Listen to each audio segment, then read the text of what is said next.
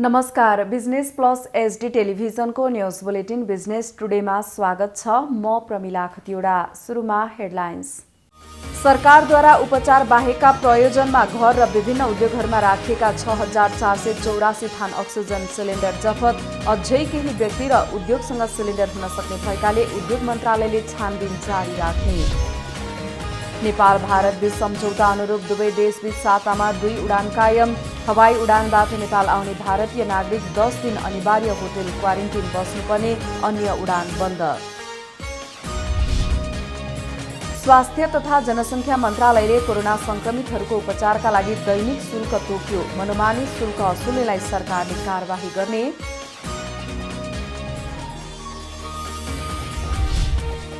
Corona महामारीको बढ्दो संक्रमणका कारण अक्सिजन अपरिहार्य बन्दै सुनसरीको इटहरी उपमहानगरपालिकाका 2 अक्सिजन उद्योगद्वारा सेवा सुरु। र कोरोनाको कारण श्रीलङ्काको अर्थतन्त्रमा 3.6% संकुचन।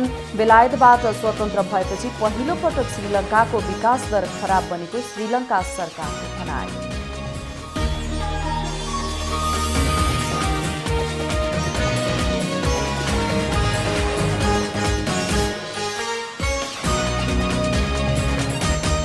बिजनेस टुडेको सुरुमा उपचार बाहेकका प्रयोजनमा घर र विभिन्न उद्योगहरूमा राखिएका 6484 थान अक्सिजन सिलिन्डर जफत सम्बन्धी समाचार। सरकारले उपचार बाहेकका प्रयोजनमा घर र विभिन्न उद्योगहरूमा राखिएका 6484 थान अक्सिजन सिलिन्डर जफत गरेको छ। केही उद्योगी व्यवसायीले उद्योग मन्त्रालयलाई आफै फिर्ता समेत गरेका छन् भने अटेर गरी लुकाएर राख्नेबाट नेपाल प्रहरीले सिलिन्डर बरामद समेत गरेको हो। कोरोना भाइरसको दोस्रो लहर सुरु भएसँगै अक्सिजन सिलिन्डरको अभाव भएकाले उपचार बाहेकका काममा सिलिन्डर नराखिदिन स्वास्थ्य मन्त्रालयले आग्रह गरेको थियो। त्यसको अनुगमन गृह मन्त्रालयको सुरक्षा अत्यावश्यक सेवा सञ्चालन समन्वय एवं अनुगमन समितिले गरिरहेको थियो। समितिका अनुसार उद्योग मन्त्रालय मार्फत 1134 र नेपाल प्रहरी मार्फत काठमाडौँ, ललितपुर र भक्तपुरबाट 5350 वटा अक्सिजन सिलिन्डर संकलन भएको छ भने अझै केही व्यक्ति र उद्योगसँग सिलिन्डर हुन सक्ने भएकाले उद्योग मन्त्रालयले छानबिन जारी राख्ने जनाएको छ। मुलुकको एक मात्र त्रिभुवन अन्तर्राष्ट्रिय विमानस्थलमा गैरातीदेखि अन्तर्राष्ट्रिय उडान रोकिएको छ। कोभिड-19 महामारी नियन्त्रणका लागि सरकारले वैशाख मसान्तसम्म आन्तरिक तथा अन्तर्राष्ट्रिय उडान स्थगन गर्ने निर्णय बमोजिम उडान रोकिएको हो। नेपाल र भारतबीच एयर बबल सम्झौता अनुरूप देशबीच सातामा 2 उडान कायम राख्ने गरी सबै आन्तरिक तथा अन्तर्राष्ट्रिय उडान बन्द भएको नेपाल नागरिक उड्डयन प्राधिकरणले जनाएको छ। हवाई उडानबाट नेपाल आउने भारतीय नागरिकले स्वास्थ्य मापदण्डको पूर्ण पालना गरी 10 दिन अनिवार्य होटल क्वारेन्टिन बस्नुपर्नेछ। उनीहरूका लागि संस्कृति, पर्यटन तथा नागरिक उड्डयन मन्त्रालयले काठमाडौँका विभिन्न 8 होटल सूचीकृत गरिसकेको छ। बिहिबार अन्तर्राष्ट्रियतर्फ 26 प्रस्थान र 25 आगमन गरी 51 उडान निर्धारण गरिएको थियो। मन्त्री परिषदको वैशाख 19 मा भएको बैठकले कोरोना रोकथामका लागि आन्तरिक र अन्तर्राष्ट्रिय दुवै स्थगन गर्ने निर्णय गरेको थियो। यस अवधिमा चार्टर तथा उद्धार उडान सञ्चालन हुने क्यानले जनाएको छ। आन्तरिक र अन्तर्राष्ट्रिय चार्टर तथा उद्धार उडानको हकमा स्वास्थ्य सुरक्षाको मापदण्डको पूर्ण पालना हुने गरी पर्यटन मन्त्रालयले उडान अनुमति जारी गर्नेछ। चार्टर र उद्धार अन्तर्राष्ट्रिय उडानबाट आउने जाने यात्रुहरूको बारकोड र फोटोसहितको PCR रिपोर्ट अनिवार्य गरिएको छ। कोभिड महामारीको जोखिम नियन्त्रणका लागि सरकारले गत वैशाख 16 गतेदेखि काठमाडौँ उपत्यकासहित देशका विभिन्न जिल्लामा निषेधाज्ञा लागू गरेको छ।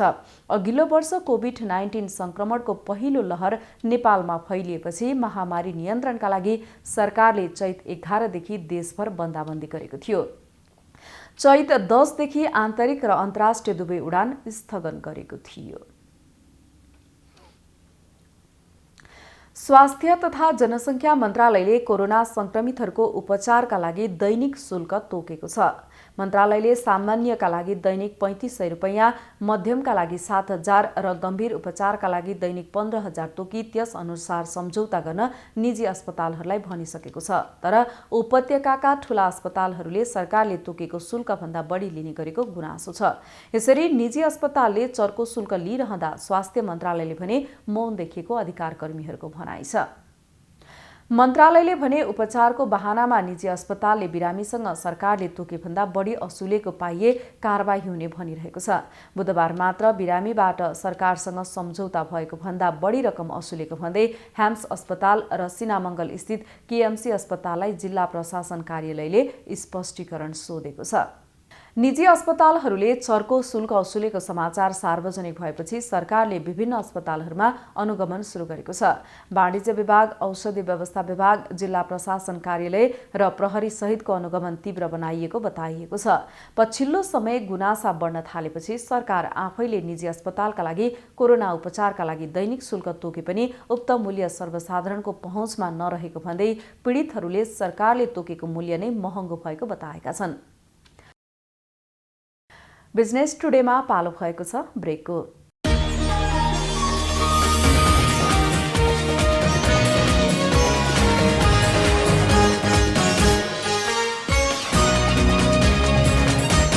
बिजनेस टुडेमा पुनः स्वागत छ। अब बाँकी समाचार।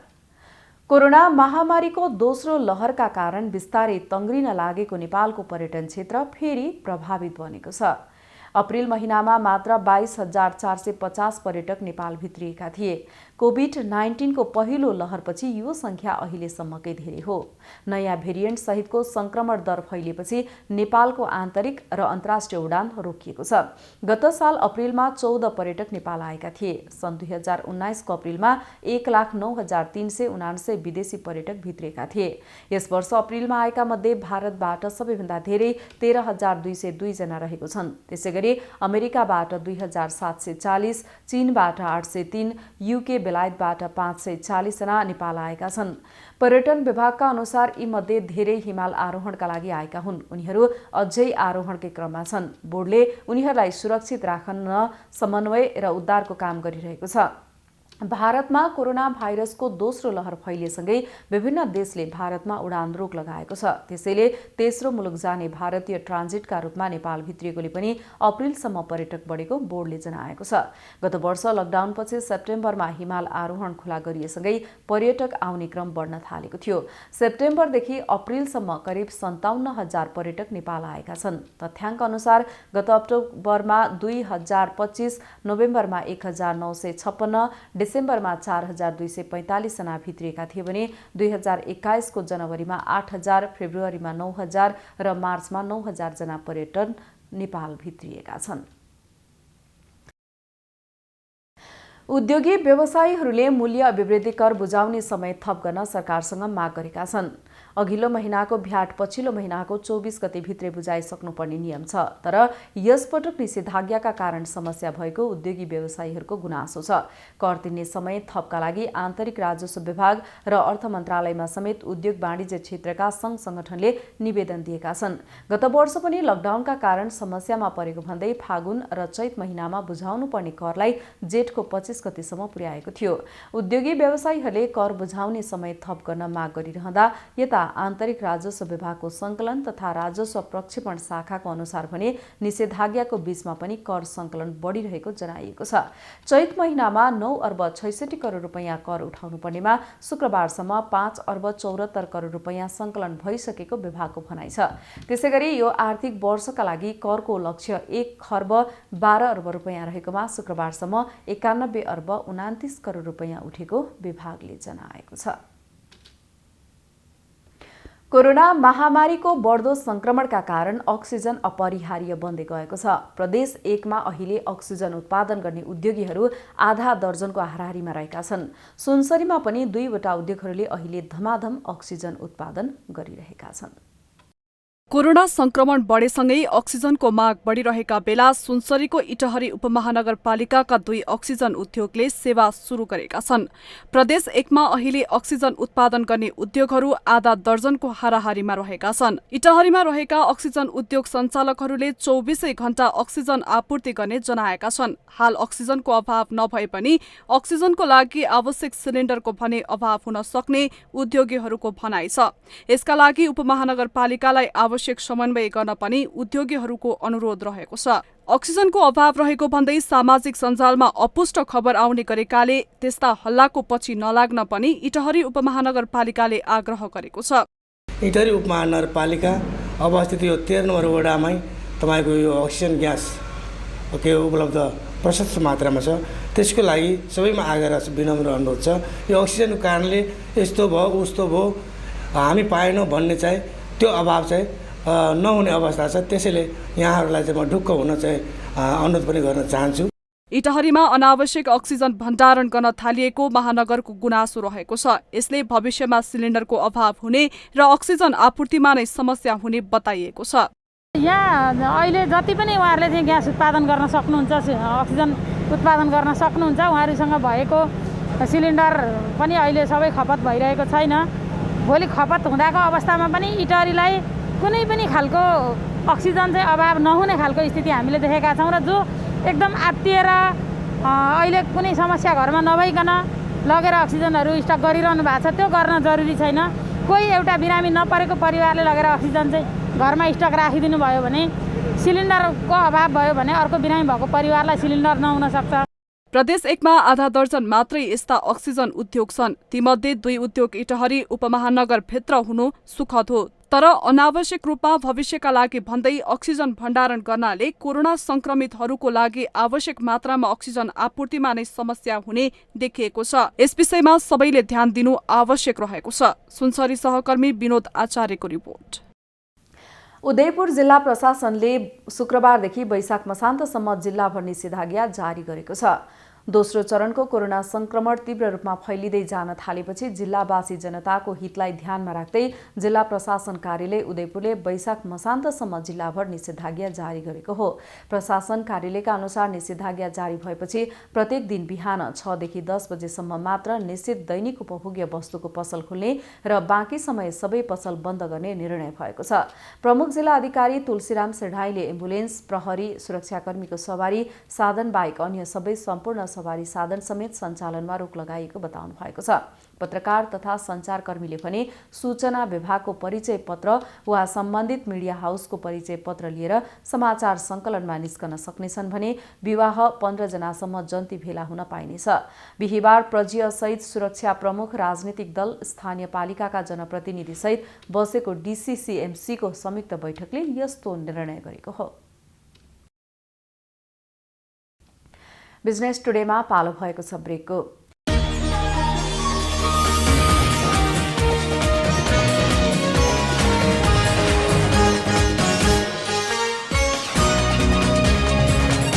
बिजनेस टुडेमा पुनः स्वागत छ। अब बाँकी समाचार। नेपालमा स्तरीय प्रसारण लाइनको अभावमा वर्षमा 38 करोड मूल्य बराबरको बिजुली खेर जाने गरेको छ। विभिन्न 18 जलविद्युत आयोजनाले कमजोर प्रसारण लाइनको क्षमताका कारण वर्षमा 95.61 गिगावाट आवर बिजुली खेर गइरहेको छ। औसत दर 4 रुपैयाँ प्रति किलोवाट आवरका दरले हिसाब गर्दा यसको मूल्य 38 करोड 24,59,385 हुने एक अध्ययनले देखाएको छ। एक रिपोर्ट। आयोजनाहरूबाट विद्युत खरिद सम्झौतामा व्यवस्था भए बमोजिमको शर्त र दरमा उत्पादित विद्युत नेपाल विद्युत प्राधिकरणले खरिद गर्ने कानूनी व्यवस्था छ। विद्युत प्रसारण लाइनसँग सम्बन्धित विविध पक्षले गर्दा स्वतन्त्र ऊर्जा उत्पादकहरूबाट उत्पादित सम्पूर्ण विद्युत बिक्री हुन सकेको छैन। विद्युत प्रसारण लाइनको भारवहन क्षमताको कमी, प्रसारण लाइनको नियमित मर्मत सम्भार तथा गुणस्तरको कमीले गर्दा विभिन्न आयोजनाबाट उत्पादित विद्युत पूर्ण क्षमतामा सञ्चालन हुन नसकेको महालेखा परीक्षकको कार्यालयको ठहर छ। उत्पादन गरेको विद्युत बिक्री गर्न नसक्दा निजी आयोजनाले अपेक्षित लाभ नपाउनु र नेपाल विद्युत प्राधिकरणले क्षतिपूर्ति दिनुपर्ने अवस्था हुनुका साथै विद्युतको आन्तरिक माग धान्न भारतबाट विद्युत खरिद गर्नुपर्ने अवस्था रहेको स्वतन्त्र ऊर्जाहरूको संस्थाले जनाएको छ। 95.61 गिगावाट आवर विद्युत भारतबाट खरिद गर्दा औसत दर रु 8 प्रति किलोवाट आवरका दरले कुल 76,18,18,771 भुक्तानी गर्नुपर्ने हुन्छ।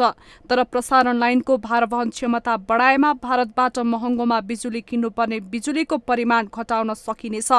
तर अहिले देशभर निर्माणाधीन प्रसारण लाइनमा भएको अवरोध र ढिलाइले नयाँ आयोजनाबाट उत्पादित बिजुली राष्ट्रिय प्रसारण लाइनमा जोडिन नपाउने अवस्था रहेको प्राधिकरणको प्रसारण निर्देशनालयले जनाएको छ।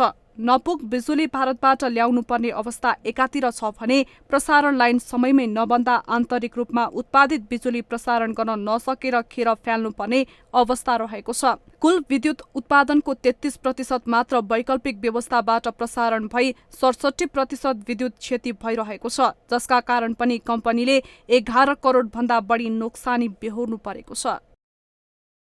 कोरोनाको कारण श्रीलङ्का सरकारले गत वर्षको कोरोनाको कारण त्यहाँको अर्थतन्त्र 3.6%ले संकुचनमा परेको जनाएको छ। सन् 1948 मा बेलायतबाट स्वतन्त्र भएपछि पहिलो पटक श्रीलङ्काको विकास दर यति धेरै खराब भएको पनि श्रीलङ्का सरकारको भनाइ छ। एक रिपोर्ट।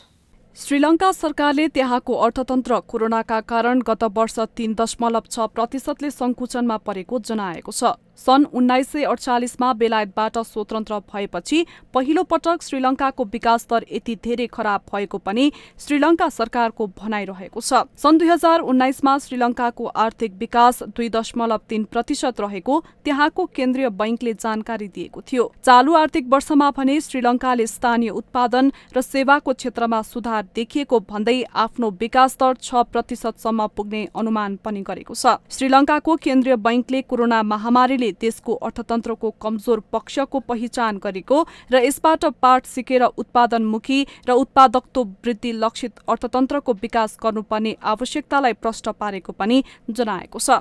श्रीलङ्काको केन्द्रीय बैंकले सरकारको ऋणको दर पनि कुल गृहस्थ उत्पादनको दाँजोमा 101% पुगेको भन्दै दक्षिण एसियाली राष्ट्रहरूले भोगेको ऋणको समस्या चुनौतीपूर्ण हुने भन्दै चिन्ता समेत व्यक्त गरेको छ।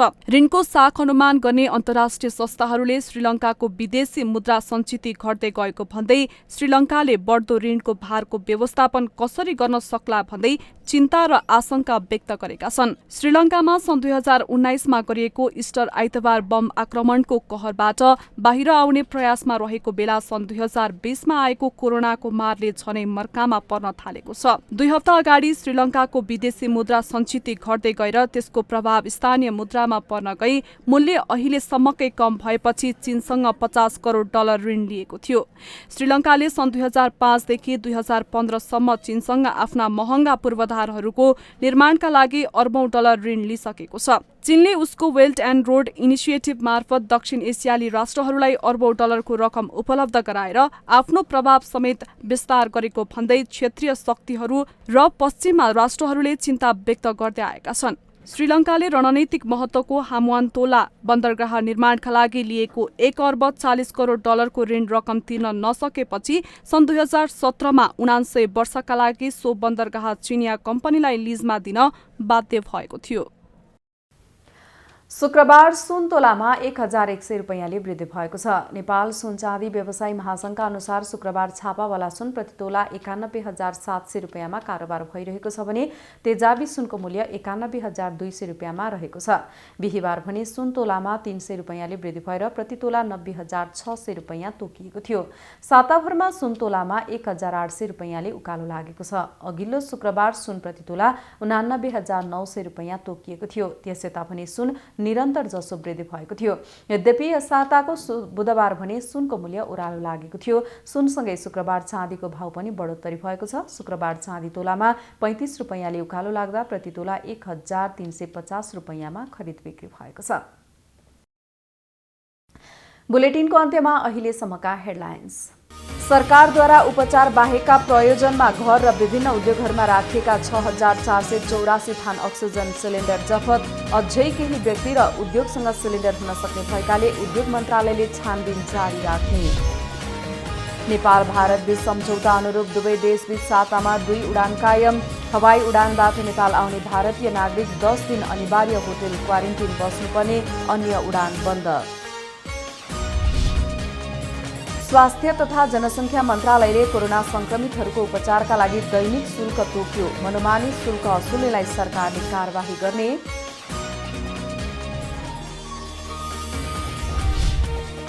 कोरोना महामारीको बढ्दो संक्रमणका कारण अक्सिजन अपरिहार्य बन्दै सुनसरीको इटहरी उपमहानगरपालिकाका 2 अक्सिजन उद्योगद्वारा सेवा सुरु। र कोरोनाको कारण श्रीलङ्काको अर्थतन्त्रमा 3.6%ले संकुचन। बेलायतबाट स्वतन्त्र भएपछि पहिलो पटक श्रीलङ्काको विकास दर खराब बनेको श्रीलङ्का सरकारको भनाइ।